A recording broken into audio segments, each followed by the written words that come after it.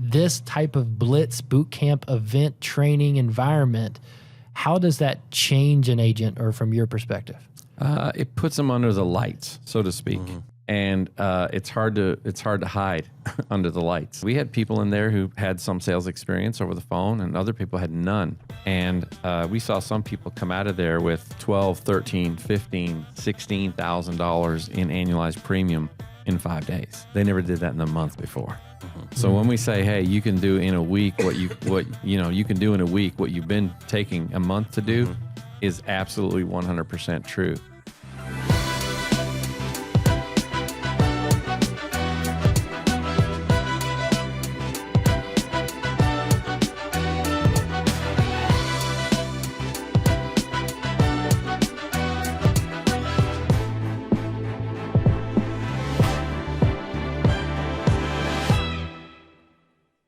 Welcome back to another episode of the Life Insurance Academy podcast. Today we have Roger Short and Chris Ball in the house, and we're going to talk about the concept of teaching you guys how to make more money in 1 week than it normally takes you writing business, running insurance in an entire month. In a month, in a week.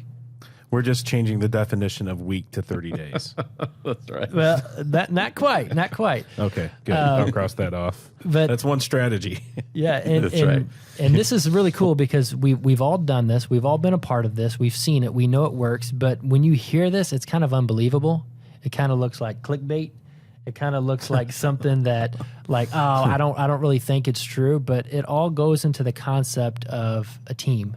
It goes in the concept of not being alone, and the concept of competition, the concept of pressure, and how it brings out the best in us. This was something that I was dropped right into when I very first started into insurance. We had this concept, and this is one of the ways to do it, but it's the concept called Road Warrior. And I know Chris was on this same journey with me when we started here. But Road Warrior is where we band together, and not necessarily on a team of hierarchy, but a team of people in the insurance space that are in the same area that we want to work together to help boost each other's sales. And the way we do that is we will drop leads in a certain region or county together. There could be 2 of us, 3 of us, 8 of us, 10 of us. However much data and leads are available to be generated in that area. And what we would do is simply go work these leads together. Now, we don't work the same leads, but we work the same area at the same time. Yeah.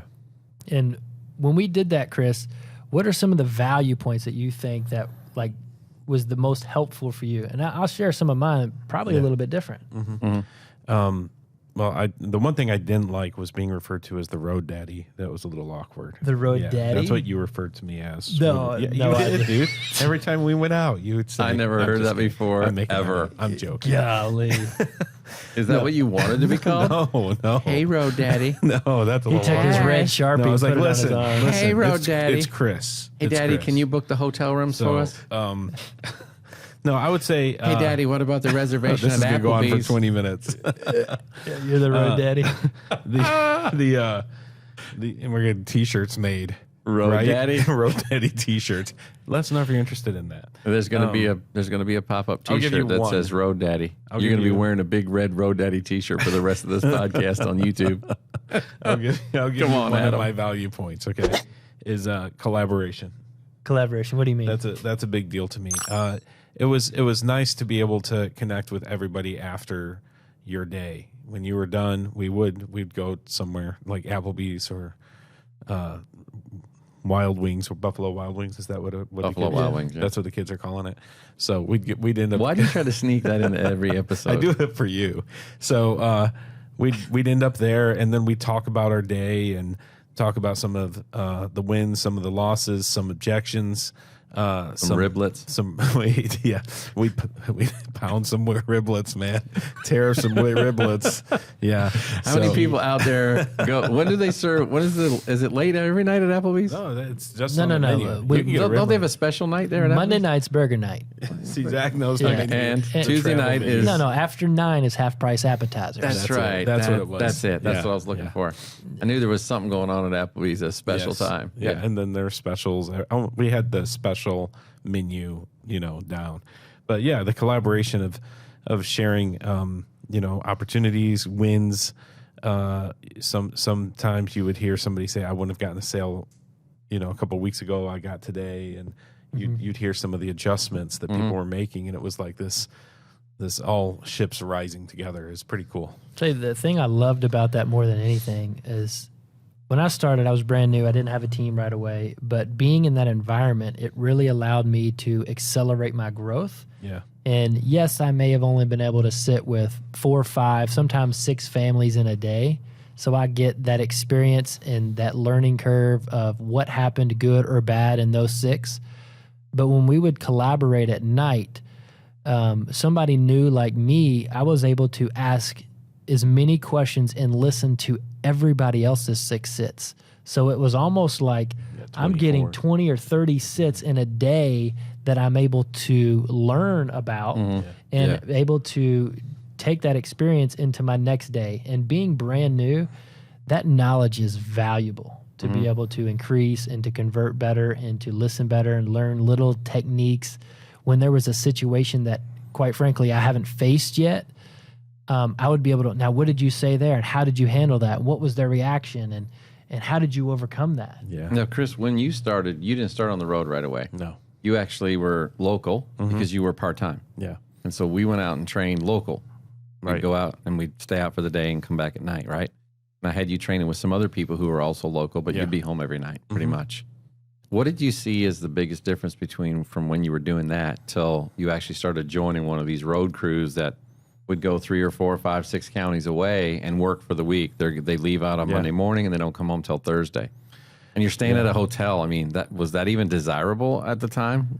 I will tell you, it wasn't, but it was, and it kind of happened, I would say almost by accident. But we did. I don't know if you remember, during a period of time with the other organization we were working with, there was a lead shortage here, and I had lead issues going across town. I mean, it was nuts. Just working 10 leads on both sides of town, and they had said there was a surplus of leads in the Bowling Green market, and if I was willing to go work that, and grabbed another agent, and Which said, is about 2 hours away. and said, hey, let's just go run these together, and it was one of the best weeks I'd ever had. And you didn't come home at night? No, we You stayed got a hotel? Yeah, we stayed out there, and we saw the power of it, and we just. Was the power of to it move because forward. it was not local?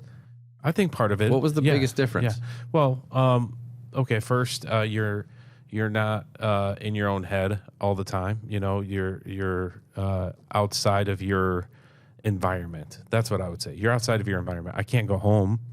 So it's a focused environment. Yeah, You don't have yeah. other options. Yeah, completely You don't have unplugged. other I don't distractions. have distractions, obligations.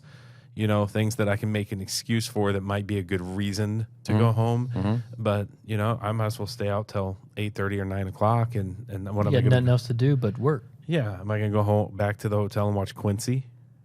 I mean, as desirable as that is. I mean, he's a medical examiner that solves crime. Didn't you have a portable Right. DVD player in your car? No, I didn't. Quincy. I didn't. Man, So- you're old. You are the oldest younger person I know. So, And look, But- people are even confused by that. But yeah, he can throw the intro of Quincy right there on the TV so everybody will understand it. Very desirable. I'll tell you another thing that was desirable, because also you have that focus, but the friendly competitiveness starts to kick in because you start doing this friendly thing of, whoever writes the least amount of business today pays for dinner tonight. Yeah. they're buying lots of riblets. Yeah, but the cool thing is it really eliminates a lot of excuses for everybody Definitely. else, because I can't say, oh, this is a bad lead or a bad area, or area. a bad time of year or whatever, when Chris is working in the same area and he's crushing it. Like, it just eliminates all that all that ability, and that's a good thing for an agent because other people are having success in literally the neighbor's house or the right in the same backyard. I can have success too. Yeah. So the Road Warrior thing worked really well because of the collaborative environment, the competition. I'd say accountability, right? The as feedback, the accountability, the connecting, debriefing, what worked well, what didn't work well, what happened, don't do that again. Oh, you got to use this carrier. You should have used that one. This one could have helped there. I talked about this last week, and it really helped me. So that environment really boosts production. Plus, it gives you the focus in a short period of time. Another one is because you are traveling outside of your area, there's more focus on retiring leads. Because you don't getting through all your leads. Yeah, you don't want to go home with, 4 more people that you didn't see. Yeah, 4, that's 3, in that area. It just feels 2 terrible. hours away. Right. And your work ethic goes way up because you want to go home, right? You're trying with to the win. serve as many families as you can so you can get home. Where when you're in a local market, you're like, oh, well, I got 4 leads. They're probably not going to be home tonight. I'm going to go home and I'm going to get dinner. And naturally, you start your days late morning or early afternoon Later, at best, and you're finishing your day at around dinner time every single day. You can get more done in 3 days on Road Warrior than you can 6 days locally. Correct. Yeah. I remember what was that county, kind of like in northeast Indiana? There was a good county up there. We loved going. Kosciuszko. Yeah. And there's in Miami. I had a bunch of leads there one time, and everybody was closing. And I remember we had to go out of town. We were going out of town on spring break or some event, or we were going to Florida for something. And I was trying to get through all my leads by Wednesday night because I had to be home Wednesday or Thursday. I can't remember. And I had 2 more leads that I still hadn't worked. And I got up the next morning. I'm like, I got to be home tonight by 6. I got up, but I didn't want to go home the night before because I still had these 2 leads. And as I started to drive, I realized I'm driving 30 miles north. I'm like, I'm going the exact wrong direction. Like, had I realized that before, I might have gone home the night before. And now I'm driving 30 minutes in the wrong way to go for 2 leads. And when I get up there, there's no one home. And I'm like, man, this was a complete waste of time. Why did I do this? After having a great week, I already wrote like 6,000 or 7,000, and I drove up there. And as I was walking back to my car, there was a guy sitting in a porch, screened-in porch across the street. And I said, hi. And he said, are you looking for Cheryl? And I said, yeah, do you know Cheryl? And he goes, yeah, she's my neighbor. She's such a nice person. What are you doing? I said, hey, did you get your mailer about the state-regulated life insurance? And that started a conversation.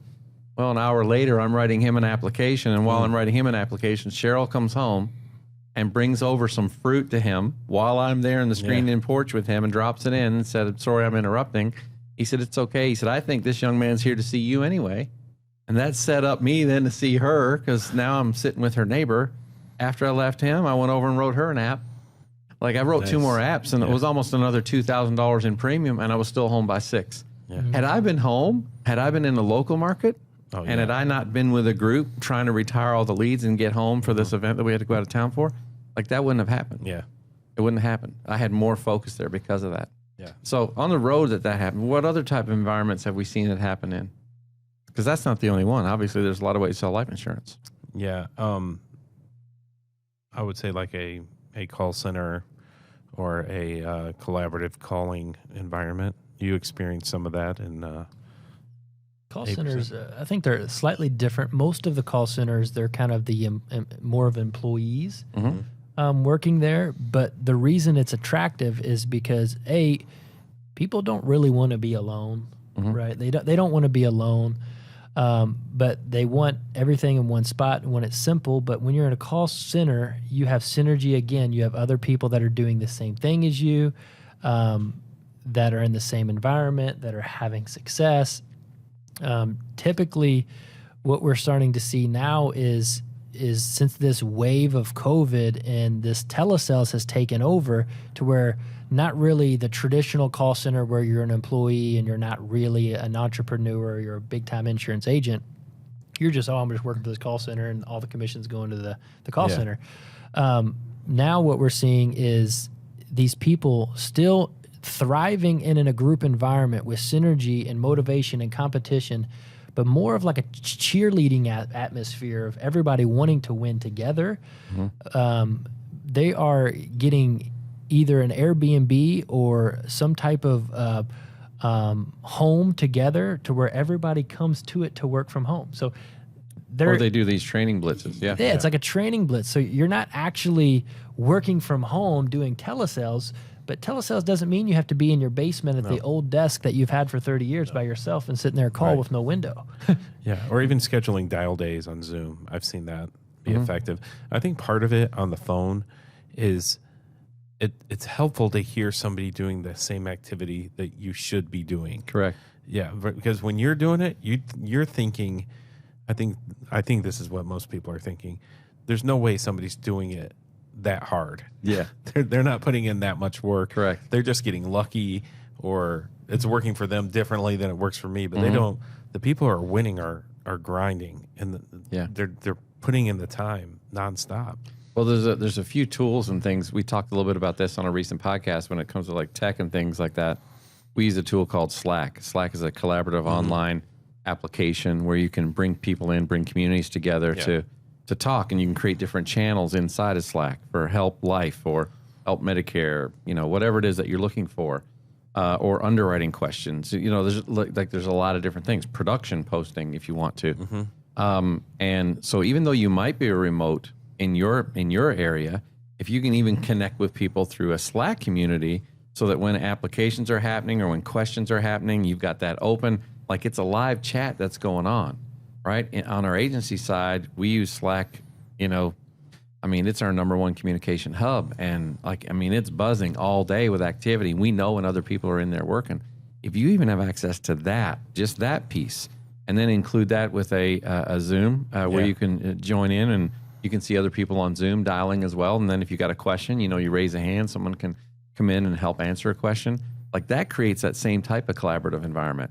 And then those training blitzes that you hear about, or these workshops that people conduct where maybe an agency leader, an agency manager pulls people together in a region, maybe at a hotel conference room or at an Airbnb, that sort of place, or at a shared workspace office, like a WeWork or a Regis or something like that, where people get together and can dial. It creates an energy. It's no different than a basketball team. And how many do you have to do that?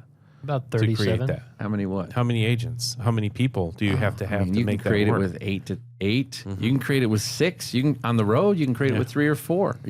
Yeah, well, I think that's important for people to hear that. Like if you can do it with 3 people and get a Regis office, it can be a small little workspace that you're renting out for $100 a day. I don't even know if it's that much, and start cranking on the phones. It depends on what city and where you are and that sort of thing. But if you get together, it creates this collaborative environment. And when one person has a win and they get a sale, and everybody else knows about it, it spurs other people on and encourages them because they know, okay, they're grinding and they're winning. I'm grinding over here and I'm not, but their sale encouraged me, and you stay in the. Now, Roger, I want to ask you this because I know you had the privilege and the opportunity to be a coach and mentor on the Ultimate Agent Season 1. Yeah. And that was really cool that Cody Askins put on, where they basically went to an Airbnb home. I believe, was it in Omaha? It was in Omaha. And they were able to have different types of leads, different types of sales environments, but these agents didn't know each other previously. So again, they don't have to be in your team, your hierarchy, but you feed off the energy around you. And then you also had an opportunity to be a coach and a mentor on Season 2. Correct. Which has not been released yet. And I know you probably can't share some of that, but what were you able to experience in an environment where these agents, some of them came from no insurance experience, some of them had previous telesales experience, but this type of blitz boot camp event training environment, how does that change an agent, or from your perspective? It puts them under the lights, so to speak. No different than we're under lights right in here, right? Obviously, if you watch our podcast, you know that we have lights to light this place, and it's hard to hide under the lights. And so, in an environment where you're in an area, a bullpen, an Airbnb, or in that case, we actually had a contest with cameras rolling, and people were trying to find quiet zones. People were, sitting on the floor, crisscross with leads everywhere. Some people were over in that end of the house. One person went in the bathroom and tried to get some privacy in a bathroom, set up a chair and a little bench in there to try to get some quiet. And people were cranking. And on this most recent one, they were all in a more of an office type of an environment, but in a bullpen area where they could hear other people. And we had people in there who had some sales experience over the phone, and other people had none. And we saw some people come out of there with, $12, $13, $15, $16,000 in annualized premium in 5 days. And they never did that in the month before. So when we say, hey, you can do in a week you can do in a week what you've been taking a month to do is absolutely 100% true. And if you put yourself in an environment where other people are pushing and fighting to try to win, and you see them winning, you want to win with them. Yeah. You're collaborating with them. People are helping people. And it was really cool because, other people could hear what was going on. And when the call was over, they would say, hey, there's this carrier that offers this accidental plan. And if you bundle that accidental plan with that, it's a lot more attractive because the client feels then they're covered on all fronts, especially if they're still working or they're a truck driver or they're someone who has a more at-risk job. And it really brings up the value for that client. You may want to consider doing that the next time. And sure enough, like an hour later, I walk in the room and that person is selling their very first accidental policy bundled with the other. And when they get off the phone, they go, man, that worked so great. He was so happy that he was able to get this much coverage with the traditional life, with the whole life, with the accidental coverage. And then when his wife, and that was great. Thanks for that tip. Like all kinds of like collaborative tips and ideas like that being shared. And it was a rising tide for everybody. That relates to almost everything that we do as humans. I mean, you look at sports. I'm a big sports guy. The NBA finals are on right now. Like, there's something to a home court advantage. Right? Oh, yeah. And the reason is you have the crowd, you have the lights, you have the expectations, you have the atmosphere, and you have these players that are professional athletes, all-star level, Hall of Fame athletes. But they'll even tell you that right before tip-off or beginning to it, they have these nerves. And nerves doesn't always mean it's bad. It means you're ready to perform. Yeah. I guarantee you that every one of those agents, and I wasn't there, but every one of them agents, you walk in and you have all these cameras on you and you have these lights and this scene is set up. And you know that in a short period of time, this whole world is going to be watching you. Like you're scared to death. But the moment it's on, you have no choice but to perform. And that pressure creates the diamonds, right? That pressure that is good. So like for you agents out there that are listening, like put yourself in a position for you to win by facing some of your fears, some of your nerves, put yourself in the lights, hold yourself accountable. And you can't do that when you're by yourself. You have to have that Zoom going just to hold everybody accountable, so they can hear you talking to your client. You have to put some exposure on yourself so you can actually perform at a higher level. Yeah, absolutely. Yeah, people always perform better in a group. They always do because there's mutual accountability. There's peer accountability that's happening, and people level up because the helpers in those groups, they end up helping, right? And the leaders in those groups who want to win, they end up winning, and other people are inspired and want to chase those guys. And brand new people who are trying to learn, they're learning from all of that, right? It's an environment that fosters success. I have two questions for you.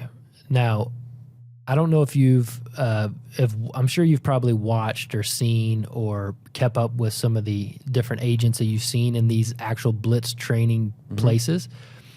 One, the first question is what happens typically after that when they're not in that environment, right? Their sales fall off. and why is that? And the second question, the second part of that is, if you were an ongoing caddy or coach for them beyond an event, beyond a blitz, beyond an immediate rush week of success where they made more in that week than they have an entire month, how do you make that or recreate that environment for them, or how would you coach them to make that consistent? Zach, I'm going to go a step further. For some of them, it was more than they've ever made in 3 months.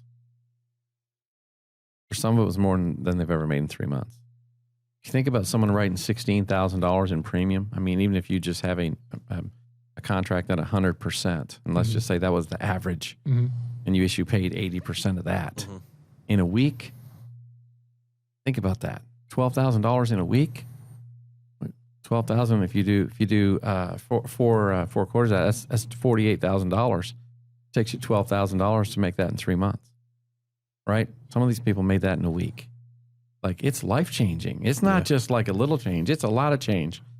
But what happens is people get outside of the environment and they slide right back into their old habits, because old habits have a way of locking you into old patterns that kept you broke.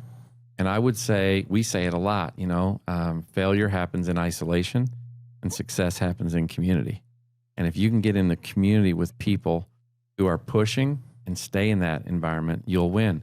Now, the intensity of that particular event, the one you're talking about, and interestingly enough, we've got one coming up here. We're actually hosting for the next 2 weeks right here in this. We're reworking this entire room. We're actually hosting one of these for 2 weeks in a row, and we've got 8 to 10 agents, 12 agents on 1 week coming in, and they're going to be selling for 3 days straight from 8:30 to 8 p.m. In the environment at the Ultimate Agent, it was 8:30 a.m. to 8 p.m. for 5 nights straight. 5 nights straight. Most people don't put those kind of hours in when they're on their own, because their work-life balance is really important. And if you're really trying to jumpstart your career, if you're trying to put yourself in a place where you can learn quickly, accelerate your learning, accelerate your earnings, get in an environment where you can do that. But if I was a caddy ongoing, I would say set up a routine that puts you in that accountability zone and run at a pace that you can sustain over time. Because it's hard to sustain 8 to 5 days a week. I mean, you will burn out. I mean, you're exhausted. By the time you have dinner and clean up, it's 10 o'clock. You're going to bed. You're back up. It's starting again. You don't have any life for those 5 days. All the time. There are people who are working in factories for other people, level. Right? And the reason why they do it for other people is because someone else is keeping them accountable. They're telling them to do it. There's someone else is keeping them accountable. But for most independent agents, when they get in this business, man, they're the ones that have to keep themselves accountable. And they can't. Best thing about being in business for yourself is you're the boss. But the worst thing about being in business for yourself is you're the boss. And lots of people have difficulty keeping themselves accountable. Zach's got a comment. I got a question for you, Chris. If our listeners out there want somebody to help keep them accountable, can they call the Road Daddy? Get a pat on the back or a foot in the butt. It's one or the other, right? The Road Daddy. The Road Daddy. So that was a mistake. We should get shirts and sell them on the Life Insurance Academy website called the Road Daddy. Shirts. Boom, with a picture of your face. That's going to be a good selling shirt right next to the LAA one that says, "This is how you make the sausage." That's right. Yeah, that's right. That's right. So the power of collaboration. And one of the things I think that makes that work so well, Roger, and this is a fact, man. Energy is infectious. And when you have both good and bad energy. yeah, it's both good and bad energy. But if you have the numbers and you have the law of large numbers in a call center, you're going to have good energy. I mean, you're going to have people who are winning. That's for sure. Every now and then you get a bad vibe. Every now and then you get a bad agent. Every now and then there's a bad attitude. And that even happens in those environments. I've seen it happen. I saw it happen there. Yeah. But the collective is pushing forward because in that situation at Ultimate Agent, it was a competition. So people were pushing to win. Yeah. And so, and in there, they kept their sales a secret until the end of the day. Nobody knew what anybody else had except for what they were hearing. Nobody knew how much. Now, they were listening. They that's knew. Very interesting. They knew, but they didn't really know the details. Why did they keep it a secret? They just wanted everybody to press. Oh, the producers kept it a secret, or the agents kept it a secret? The agents were just doing their normal thing. If I were an agent, I wouldn't want them to know either. Correct. Because I wouldn't. They were trying to outpace. I don't want to motivate Zach. Correct. Like, man, it's been a rough day. It's been a grind, bro. Man, I ain't got nothing. It's been a grind, bro. I only wrote 8 so far, but I'm not telling you that. Yeah. So yes, it works. So collaboration. So if you're out there and you're in an environment where you're too isolated, get connected. If you're in an organization, there's typically people that want to help. There's people that want to win. There's other people that are feeling the same way you are. Yes. Get connected to those people. Reach upline to whoever that group is and say, hey, how do we make this happen? How can I get connected to another group that's winning at a high level? Get me in so I can be in the environment. And it's really cool to see the people that step up sometimes when you make those opportunities available. We got a quite a unique group coming in for the next 2 weeks. Yeah. Some people that I never would have thought would have stepped up and put themselves in an environment like this. But they're wanting to A bunch of different agencies. they're wanting to push themselves out of the comfort zone. Yeah, a bunch of different agencies with some of them with no life sales experience at all coming in for the first time. Can I make a suggestion? Deers in the headlight. You were saying talk to your upline. I think in some cases for people, people just should take responsibility, and I think it'd be much easier for an upline if you go up to your upline and you can say, I want to take charge of this, and I want to set up a Zoom call and allow people to jump in and watch me, or jump in and That's scary. Jump in and watch me fail. yeah, Right. or jump in and we can do it together. I'll host it. I'm fine with that. I think uplines would be like, wow, man, thanks for the help. I appreciate that. Versus always looking for somebody to solve your problem. I think that'd be good. You said it. This Boom. probably comes from a little experience. Yes. yeah. There's probably a little personal experience behind that. Yeah. Chris, tell them a little bit about what we want to do in the next podcast. Okay. Yeah. This is going to be fun. Roger had mentioned that over the next 2 weeks, we are going to invite some agents to come in and do some live calls. Boom. With actual leads, calling people. We have some cool technology so that we can listen in and check in on their calls and maybe do some coaching throughout the calls.